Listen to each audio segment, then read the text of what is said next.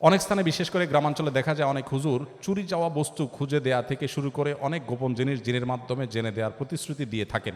এক্ষেত্রে এগুলো বিশ্বাস করা এবং কুফুরের সীমা কতটুকু, এটা সম্পূর্ণ নাজায়েজ একটি কাজ। ইস্তেআনা বিল জিন বা জিনদের সাহায্য নিয়ে এ ধরনের কাজ করা, এটাকে সারা বিশ্বের সব উলামা একরাম নাজায়েজ বলেছেন। অতএব এটি কোনো অবস্থাতে জায়েজ নয়।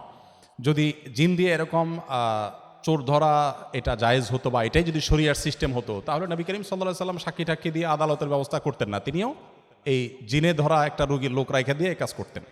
সো এটা সঠিক কোনো কাজ নয়। ইসলামের দৃষ্টিতে প্রক্সি দেওয়া নেওয়া বিষয়ে জানতে চাই। Again common. আচ্ছা, এটা যেখানেই গেছি আমি শিক্ষা প্রতিষ্ঠানে সব জায়গায় দেখি কমন প্রশ্ন এটা আসছে। তার মানে এই অপকর্মটা খুব বেশি হয়, খুবই জঘন্য কথা। আপনি একজন স্টুডেন্ট অনুপস্থিত, আপনি আপনার দোস্তের হয়ে হাজিরা দিয়ে দিলেন, সে আসলে উপস্থিত না, তাহলে আপনি একটা মিথ্যার সাথে নিজেকে সামিল করলেন।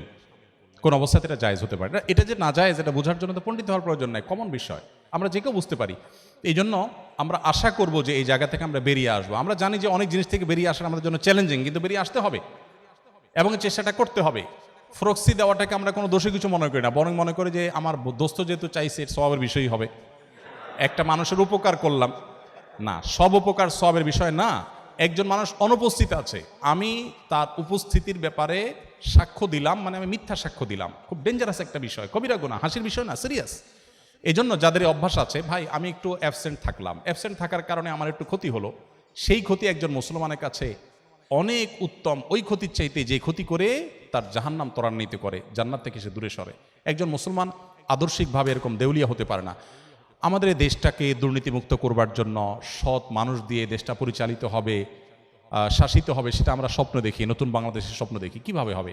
আপনি যদি স্টুডেন্ট লাইফে প্রক্সি দেন, আপনার যদি জন্ম তারিখ কম বেশি করে দেন শুধুমাত্র বেশি দিন চাকরি করার জন্য, অসততার উপরে ভিত্তি যদি থাকে আপনার কেরিয়ার, আপনার স্টুডেন্ট লাইফ, আপনি চাকরি জীবনে কি করবেন? এই জন্য সততার প্রশ্নে একজন মুসলমান কখনো কম্প্রোমাইজ করবে না, যে না সততার প্রশ্নে আমি কম্প্রোমাইজ করবো না, তাতে দোস্ত না খাস না খাস হোক, আমি আমার জায়গায় থাকবো। আল্লাহ আমাদেরকে সেরকম মেরুদণ্ডওয়ালা মুসলমান হওয়ার তৌফিক দান করুন।